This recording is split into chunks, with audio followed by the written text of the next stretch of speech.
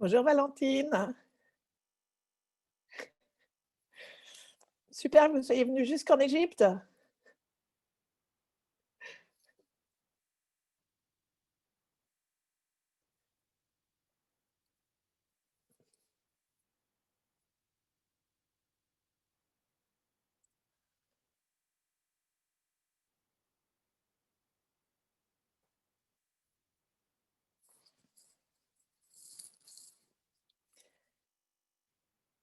To more people.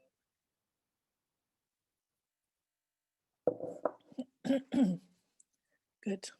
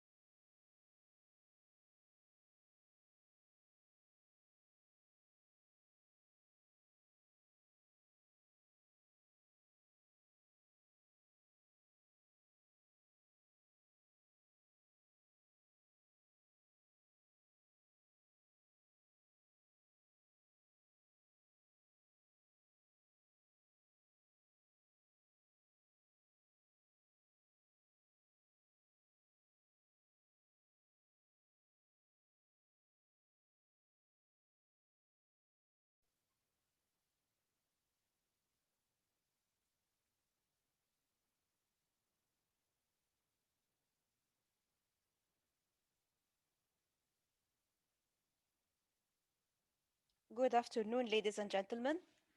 This is Maha Ismail, Director of Management Programs at the School of Business. Thank you for joining our discussion on family business dynamics, succession, and governance, which is one of our corporate governance webinar series and is one of the activities of AUC School of Business Corporate Governance Unit. It is initiated to promote knowledge in the field of corporate governance in Egypt and the Arab world and to advance the understanding and practices of corporate governance across disciplinary environment. We will be keeping the voice muted from our end, and please turn your cameras off. You are welcome to send us all your questions during the webinar in the chat.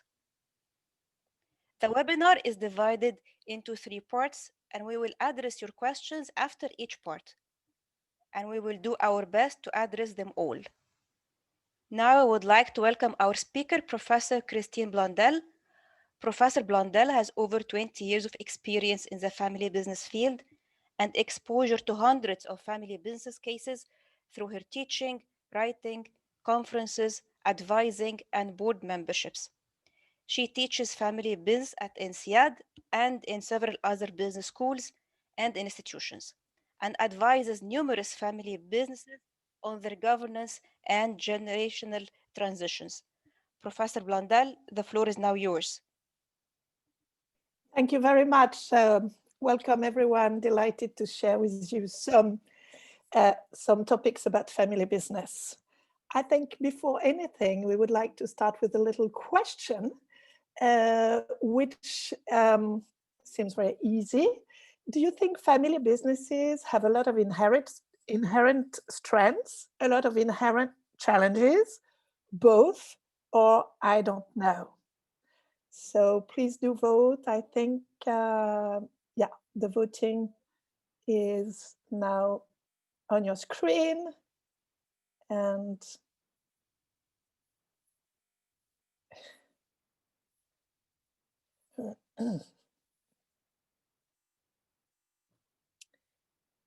you are very speedily answering. We wait for another few seconds.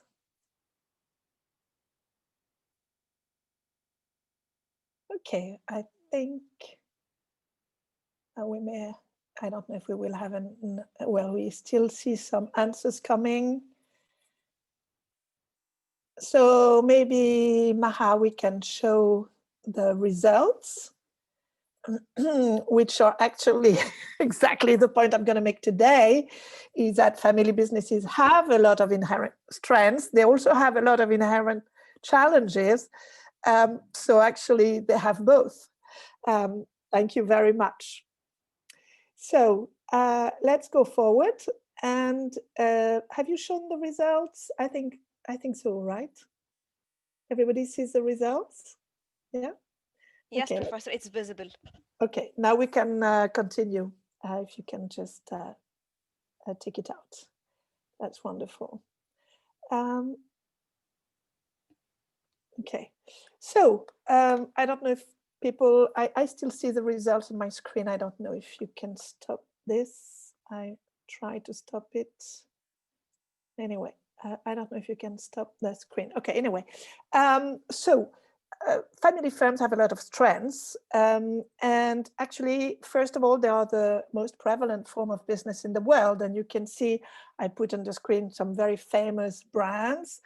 Tata from India, and of course, international, Hermes, France, Mars, US, Miele in Germany, Samsung in Korea, Cargill in the US, BMW in Germany, just to see a few very famous brands.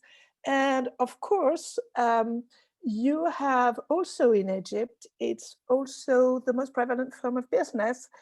Given those estimates, it could be at least half or almost 2/3 of Egyptian companies are family owned, and they would contribute about 80% of the national income, 75% of the private sector's activity, 70% of the labor force.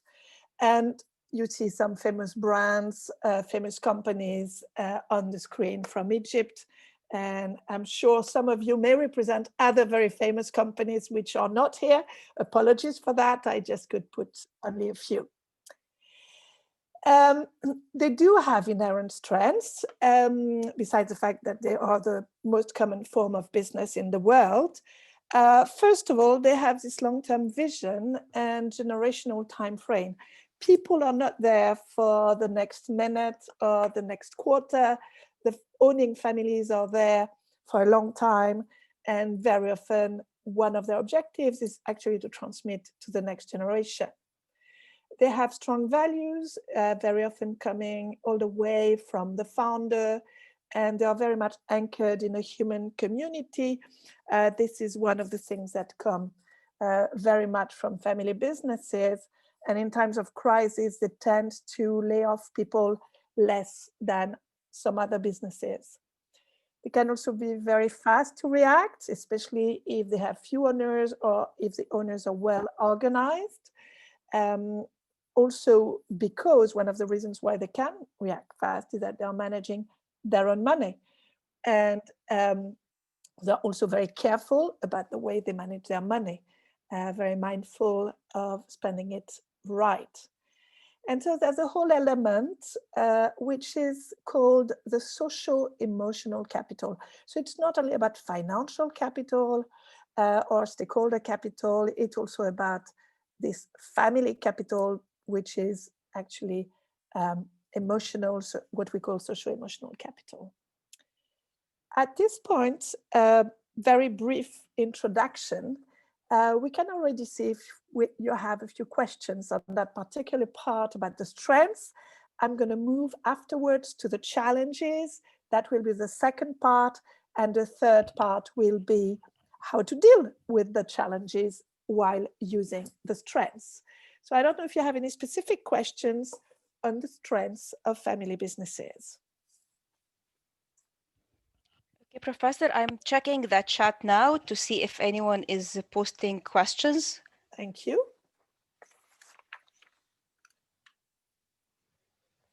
We may have more questions around the challenges and how to solve them, actually.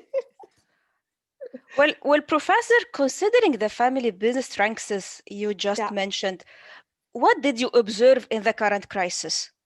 Thank you. Thank you very much. I tend to say that the crisis is a revealer, right? And it's a revealer of some of the strengths of family firms, and sometimes also it can reveal some weaknesses. What is important is that family businesses are very resilient. They've been through other crises. And the fact that they experienced other crises most of the time, and they remember it because there's a memory, contrary to companies where management turns very quickly, they know they can be able to overcome crises. The first thing I observed during this particular crisis, as well as in the previous financial crisis, was that the fact that family businesses have solid balance sheets is really helpful. And most family businesses don't like debt, and they don't like actually opening the capital. And so they tend to finance their growth with retained earnings. So they have quite a strong balance sheet. And of course, when you start having problems with income, less revenues being generated, having a very strong balance sheet is a big strength, rather than having a lot of debts that you can't pay back. Also, what we've seen, a lot of reactivity, adaptability, moving to different sectors, making gel for the hands and mask and etc. etc. It's not only the family businesses, but the family businesses were quite reactive. The fact that there's loyalty from employees and both ways, actually, as I said earlier, family businesses tend to have more difficulties laying off people. This results in a bigger loyalty and commitment of employees, which, and that has been observed and documented, allows family firms to better fare the crisis. And of course, the owner's support. And I would like here to give an example from one of the family businesses I know well in Europe. I called him and he said, I called my family council to explain the situation, and they have been very supportive. And this is because he had made a lot of efforts in the past years, setting up a family council, motivating giving information, to the family, motivating people to come to meetings, having great owners meeting and family meetings. And so as a result, he sees a big support from the owners. They don't say, what are you doing? Let's sell or let's fire people. They are actually very supportive. So I have this nice quote from an Egyptian family business, which says, that's about the debt that I just talked about. Our debt to equity ratio is very low, below 1 to 1, so we can sustain if revenues are slow. I'm sometimes pushed to borrow more, but I like to sleep. You have to expect things will not be rosy forever. And when the tough times come, we have deep pockets to keep supporting our businesses. I think this is very typical of family businesses. And the other one is the one I just mentioned, that which is a European company where the family council was very supportive. So Maha, this is what I would say about the crisis. Now, another thing is that if the people had the right leadership in place before the crisis, of course, that helped. And sometimes, whatever the type of company, we tend to find it difficult to take decisions regarding leadership if we don't have the best leadership. And it's true that the companies who had good reactive leaders in place could react much better. Thank you so much, Professor. We have one more question related to the area of strengths. Yeah. It mentions that just a second, is angel funds for startup is considered one of the strengths?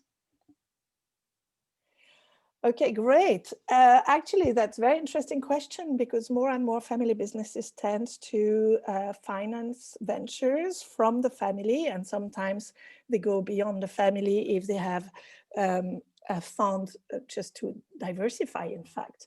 And it is true that the good thing about the funds from families, so whether it's angel fund for to encourage entrepreneurship from family members, or whether it's money they invest through a family office, these tend to be longer term money. And if it is to finance family business, family members, new ventures, it's also a great opportunity to keep entrepreneurship in the family and continue adapting, which is so important. Thank you for this great question. Thank you, Professor. Shall we go forward now? Yes, No more please. questions? Thank you very much. So, of course, we talked about strengths, but we all know, and you all said it very clearly in the poll, that family businesses have challenges. Of course, there's this interaction between family and work, so which triggers a lot of emotions that can sometimes be harmful. And as we see in that picture, you know, people, we don't know if it's a board meeting, if it's a family meeting, if it's whatever it is, we have a blend of all kinds of things, and we don't know why the baby is here, why are people shouting, etc. The second challenge, and it's interesting that the last question really addressed it in a way, is to combine tradition and entrepreneurship. Family firms are really rooted in their tradition and values, and sometimes they have to face this challenge. I say they're very adaptable, but sometimes they can be too attached to the past and not entrepreneurial enough.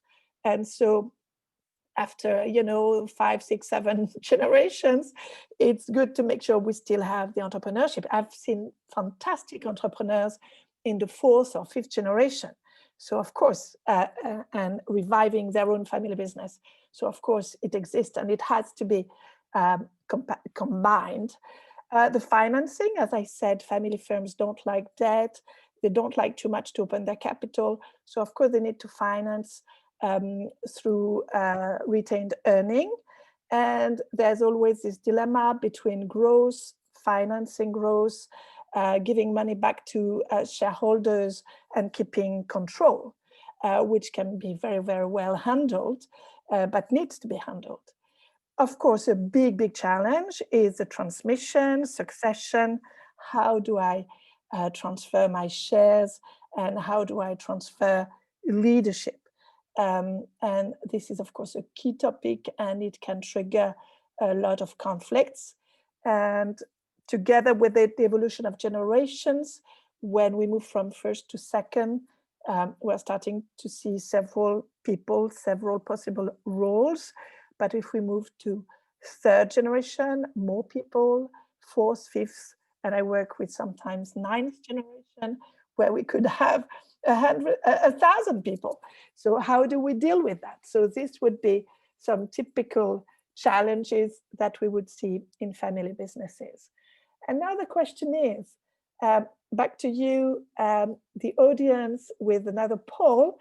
Have you ever seen these challenges either in your family business or in your neighbor's family business or your friend's family business? And you can answer, you can give several answers. Have you seen the blend of emotions and work? Have you seen the difficulty to combine tradition and entrepreneurship? Have you seen the difficulty of finding financing and handling the financing request from the business, as well as the financing, as well as the request from shareholders? Have you seen issues related to transmission and succession? And have you seen issues related to the evolution of generations? So You can answer several times. It will be, there's no right or wrong. You can have seen them all or none of them, but it will be interesting to have an idea of what would be the respective percentages of the different issues. So if you can put the poll, that would be wonderful.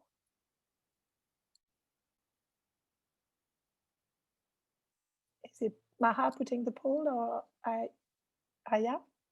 Great. It should be on your screen. And again, you can pick several boxes.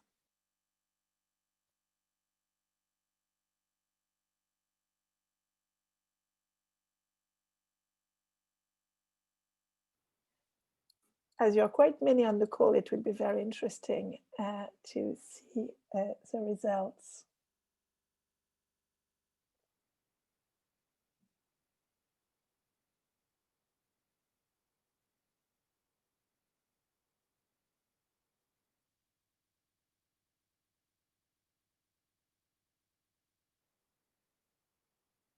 It's fantastic because there's a lot of people, so a lot of answers. So it should be rather representative, at least of your group.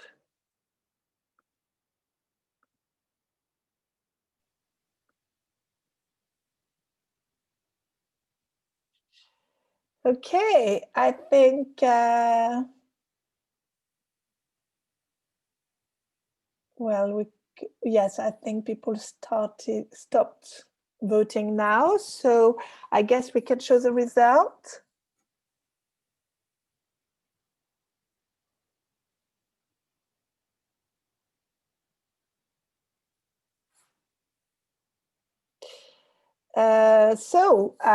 Can you see the results? Yes. Blend of emotions and work is a big winner of the different challenges. But you also have dealing with the evolution of generations, handling transmission, succession, not surprisingly, and difficulty to combine tradition and entrepreneurship. Financing for you is less of an issue, probably, even though 1/3 of you said it's an issue, but obviously easier to deal with than all the emotions and the transitions, generations, as well as entrepreneurship. Okay, thank you very much.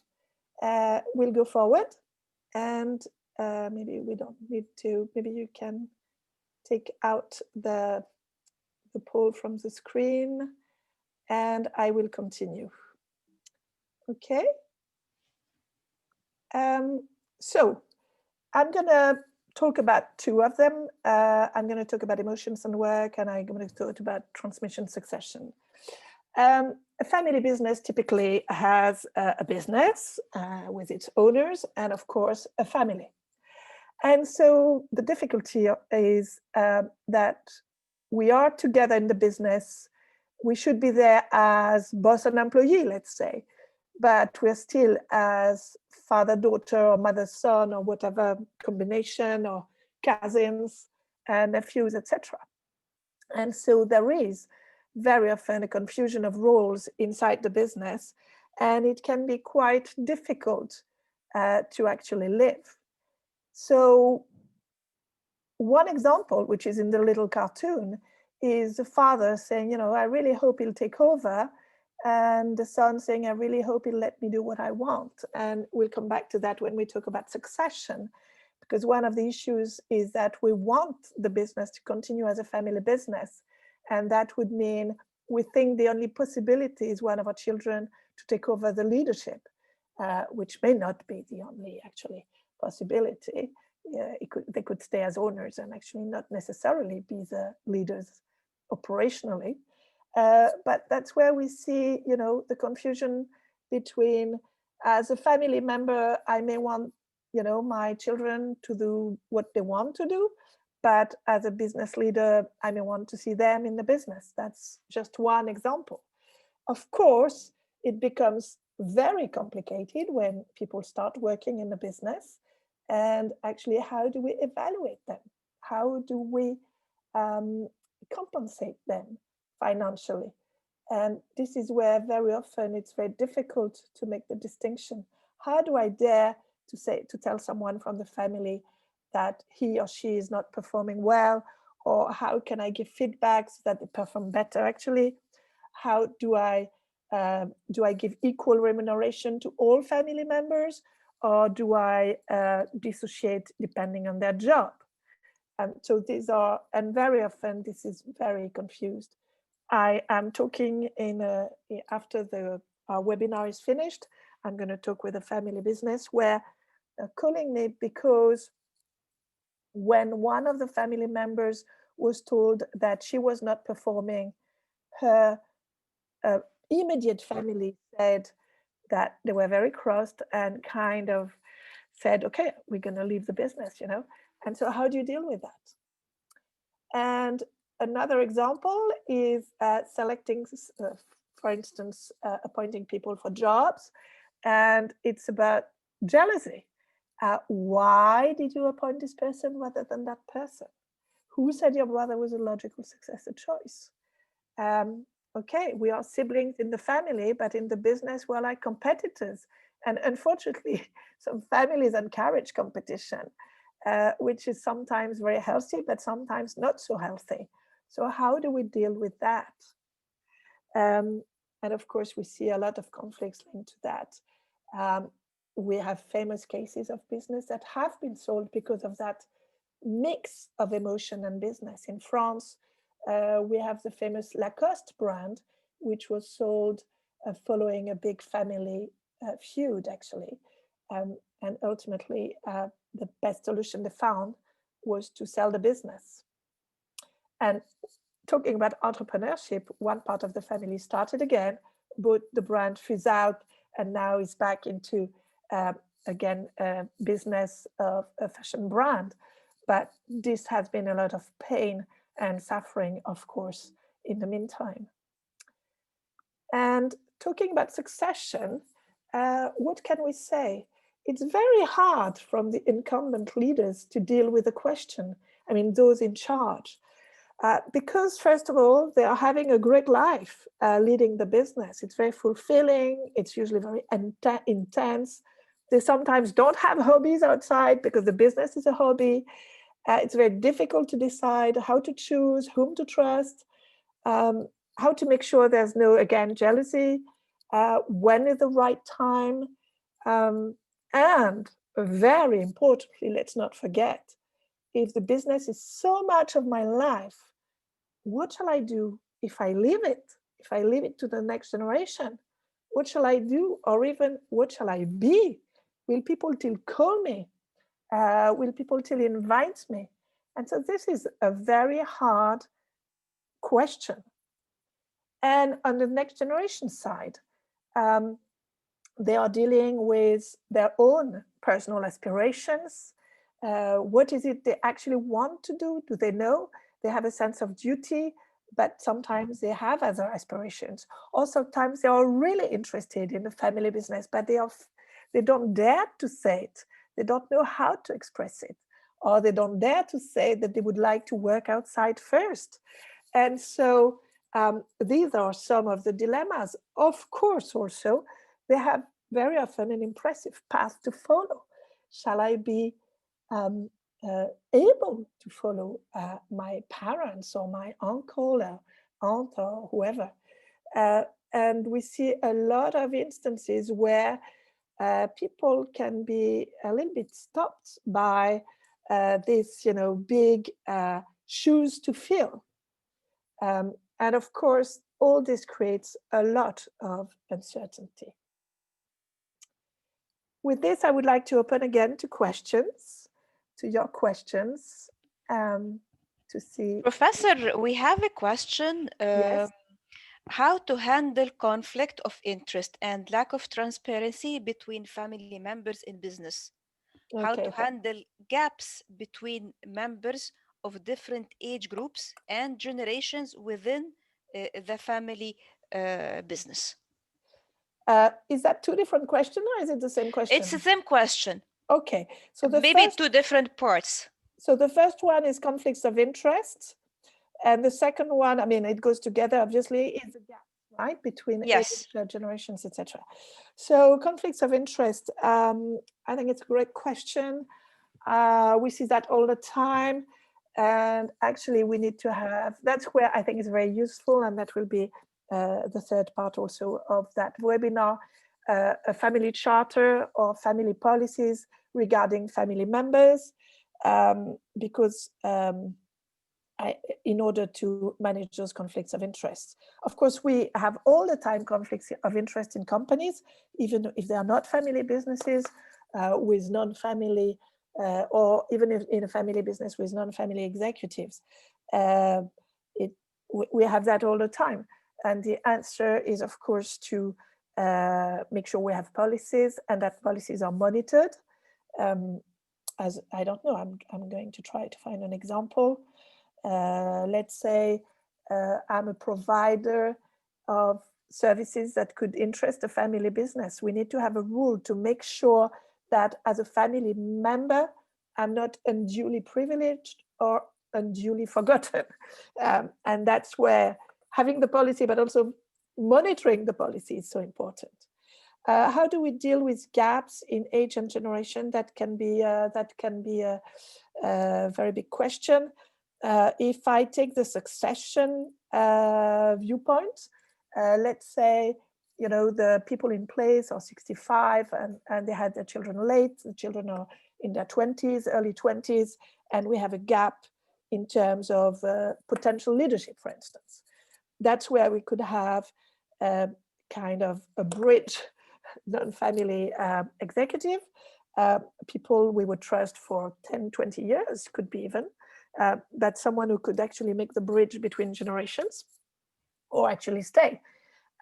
So we don't have to have, as I said earlier, a person from the family who would lead the business. So one way to fill the gap is to trust someone who is not from the family, who has the right skills and talents, and very importantly, who has the right values, who gets along with the family culture. Well, I don't know if of course, there might be other aspects to that question, but that's the way I understood it. Thank you, Professor. We have another question. Apart from succession, how to overcome the urge of new generation to grow versus the experience of the first generation and its resistance to growth? Oh, to grow the business, you mean? Okay. Yes. Oh, that's a very good question. Yeah.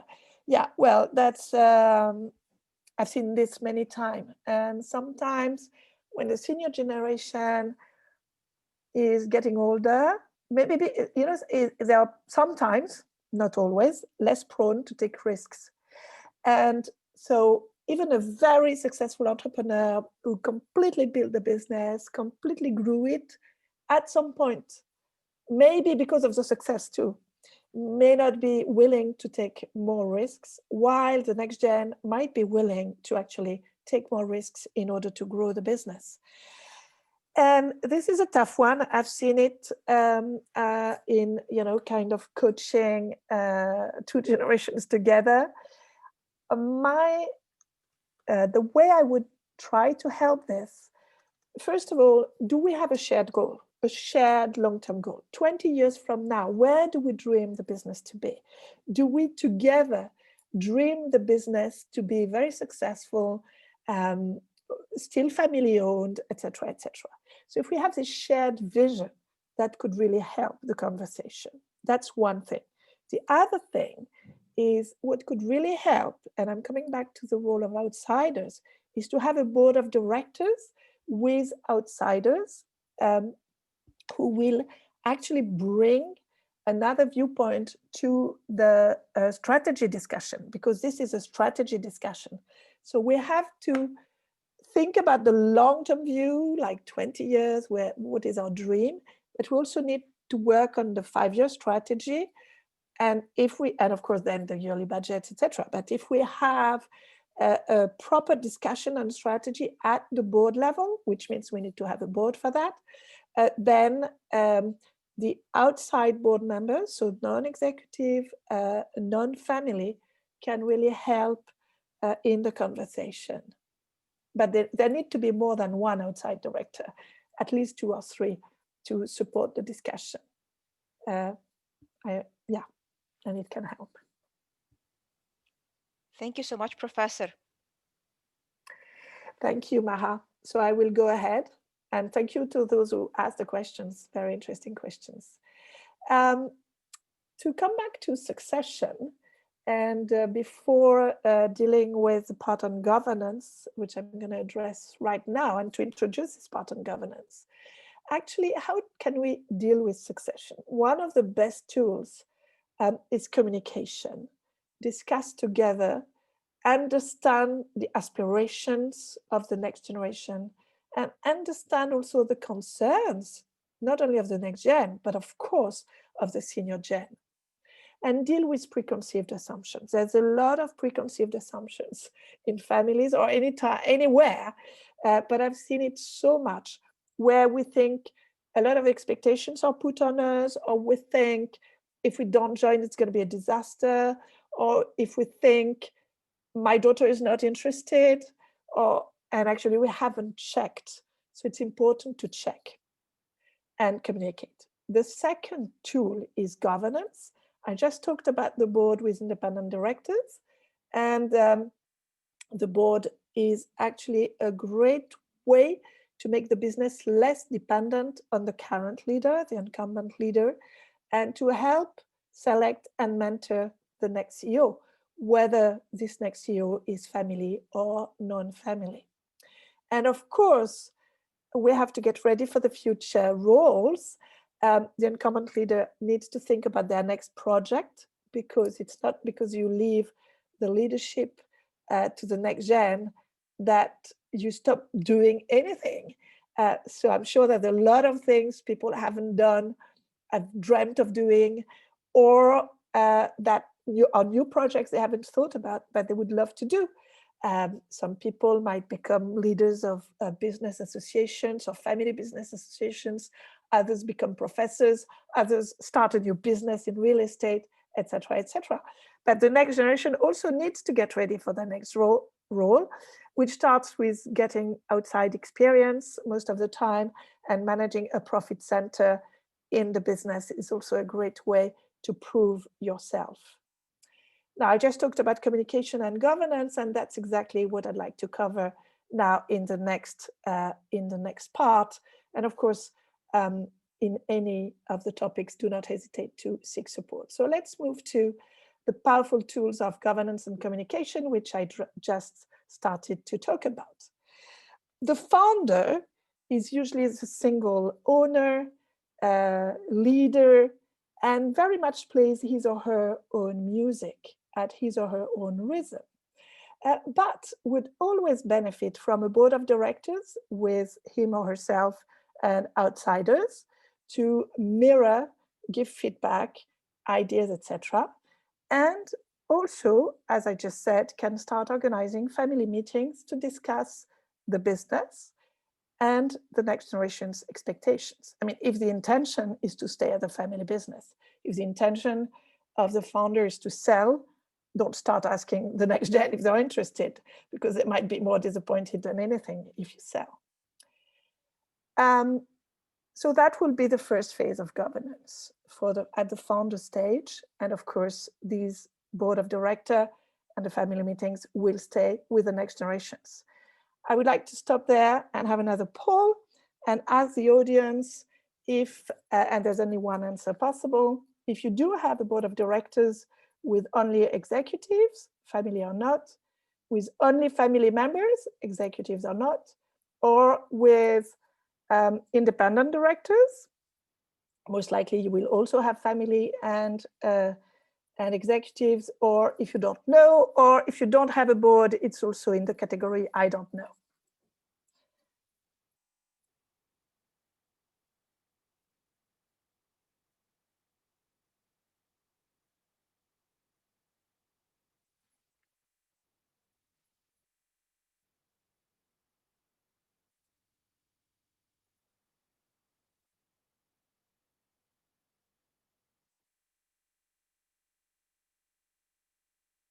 A lot of answers are coming. We're still waiting a little bit.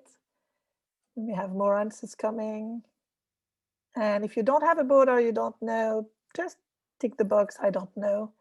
It will also be an interesting information for everyone.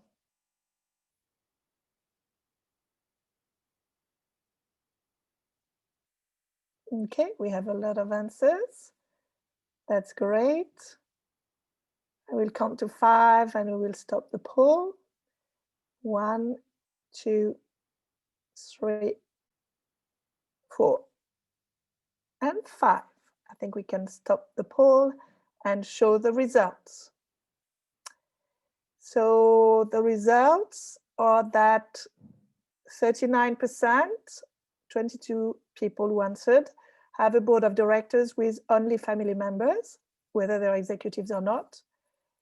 A lot of people don't actually know, 30%, or they don't know or they don't have a board. A good 20%, they have a board of directors with independent directors, and 11% have a board with only executives.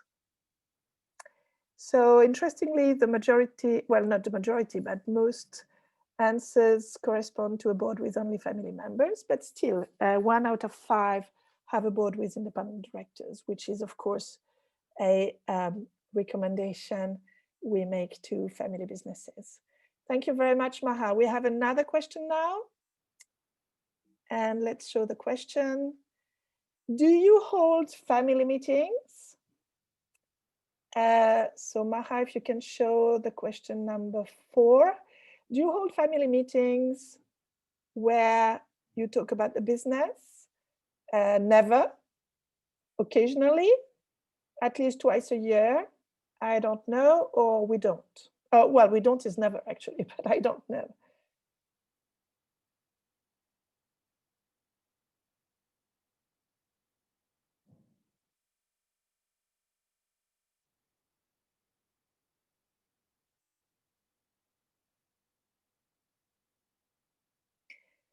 Okay.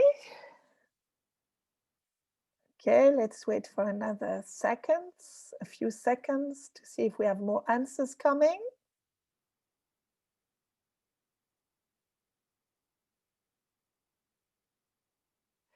Okay, I'm going to count to 5 and we're going to show the results. 1, 2, 3, 4, 5.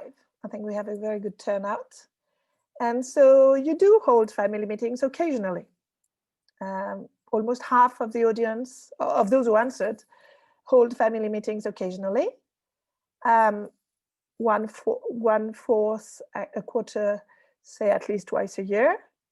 And some honestly say never. And some say, I don't know. Thank you very much. This is very interesting. And so if I continue, maybe we're going to hide the results. As we've seen, the board of directors, including outsiders, is a great tool already for founders, and the family meetings are also a great tool.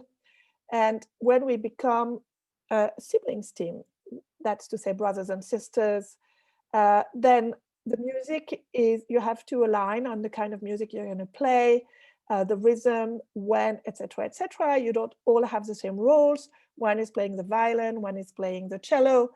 We can't do all the same thing. And we can see now the emergence of a different role, which is the role of owner, because you're all family. Some of you work in the business, maybe all of you work in the business, and or maybe only a few work in the business of the siblings, and 1 or 2 are owners who don't work in the business. So there is this new notion of ownership. And hence, you can now be part of different circles: family, business, ownership, all three, or 1 or 2, etc. And in order to deal with these different roles, it's important to keep the board of directors, where you can have now several family members and outsiders. Family meetings are always important to keep, but also specific shareholders meeting, where you talk about ownership responsibilities, an annual meeting as well of shareholders. And you also start having a shareholders agreement. What happens if one of us needs to sell some shares? Is it possible? To whom? At which price? Etc. etc. And then we move to the cousins. And here we can be as numerous as this orchestra. Some families, as I told you, have hundreds of family members. And the owners start having diverse interests. They live in different places, and we need more formalized rules and policies. So besides the board, the family meetings and the shareholders meetings and buy-sell agreements, that's when typically families will design a family charter and also a family council or an owners council, depending. It could be two separate subgroups, or it could be the same, which is a smaller group of people in charge of organizing the family meetings. That's more the family council, guardian of family charter, or in the case of the owners council, it's a small group of people making sure they articulate the owner's expectations towards the business, and also they prepare general assemblies and owners matters. In many families, these two concepts are blended, but in some families, they dissociate actually the family council and the owners council. And last but not least, all this works if we communicate. And as I said about succession, we often have preconceived ideas, misunderstandings, and nothing replaces good communication. And what we have developed at INSEAD is the notion of fair process. It's not a new notion, it's very old. It stems from the courts of justice. It comes from the Roman law, in the antiquity. But it's about the fact that the process is as important as the outcome in order to avoid feelings of unfairness. As an example, I was right, but I was not being heard. Or we have a choice to make between two people for a board membership, a board seat. And either I say, oh, this is you, as we saw in the cartoon, Why Your Brother, this is you. Or we say, oh, this will be the process. We will advertise the skills we require for that board position because the business is in a certain stage, and what is the kind of person of criteria we want the person to meet. And then we will make a selection. There will be a small committee, or the outside board members will decide. And so this is the whole difference between having a process and not having a process and just saying, oh, that's going to be you. If we have the process, the person who does not win the board seat, for instance, will accept it much better, because the person will feel that he or she had a chance to say he or she was interested and to be considered for the position, and will understand that some criteria were applied, and maybe they have not filled all the criteria, but at least they have tried, and hopefully they will have advice to do it, to get ready for the next position available. So the 5 components we've put around fair process are communication and giving a voice to people, the possibility, for instance, to say, I would be interested to be considered. Clarity of expectations, of criteria, for instance. Consistency, we apply the same criteria to everyone, but also changeability. If we see after 5 years that the way we are proceeding is not satisfactory anymore, or what we did last generation is not the way we should be doing now anymore, we can change. And last but not least, we need to be sincere and not just pretend. Otherwise, of course, it is not ingraining a culture of fairness. This is the end, and I would love to hear more questions if you have any. Actually, Professor, we have so many questions, but unfortunately, we have time for only one. So one of the questions. Well, I can go to a little bit beyond 50, like 55 is okay. I mean, excellent. But you have time to 2 questions. Yeah. Okay. Yeah. Well, the first one is, would having a family protocol written and approved a solution to family conflict? Yeah, that's what I call the family charter. It's not the only solution. It can help, But provided the way you develop the protocol or constitution or charter, provided you develop it together, this is much more powerful than asking a consultant to interview everyone and write something for you.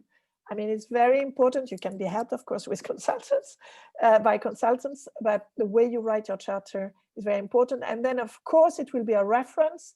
If you have a conflict or anything, you can refer to it. But pay attention to the process in developing it. Thank you. Thank you, Professor. Another question, how can in-laws be managed? Husbands and wives of the new generation are actually not family, but have a huge impact. Yeah. Well, the definition of family can actually take a lot of emotions in the family. I've seen families where they've been struggling with defining what family is and deciding that legally married in-laws are part of the family, but they're not part of the ownership. That's where it's important to make the distinction. Some families actually completely exclude in-laws from any meeting, and others include them even in ownership and positions. It's really a discussion to have in your family.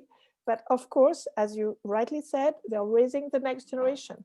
So my advice would be, if you can include in-laws in some kind of family meetings where you discuss your values and education, that would be wonderful.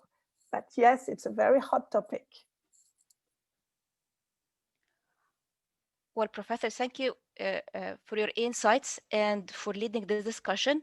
Thank you, everyone, for joining us today, and we look forward to your participation in our upcoming webinars. However, we would like to highlight that this topic is very important. This is why we are launching in January 2021 a program on family business dynamics, succession, and governance that would be delivered by Professor Blondel. We just shared now in the chat the link to the program brochure. We will also be sharing more details about the program along with the webinar recording that will be sent to everyone. Thank you again and hope you enjoy the webinar. Thank you very much. And I'm really happy to collaborate with American University in Cairo. I'm looking forward to the program. Thank you, everyone, for being so numerous on that call. Thank you, Professor. Thank you.